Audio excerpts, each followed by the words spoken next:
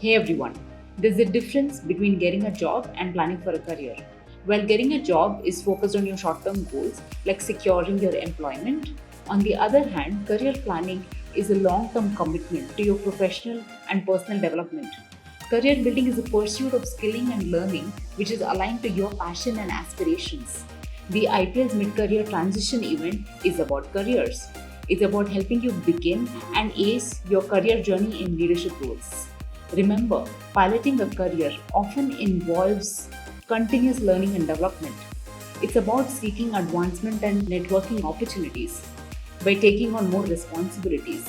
If you're someone who's looking at getting insights on how you can successfully chart a career path for yourself, then this workshop is for you.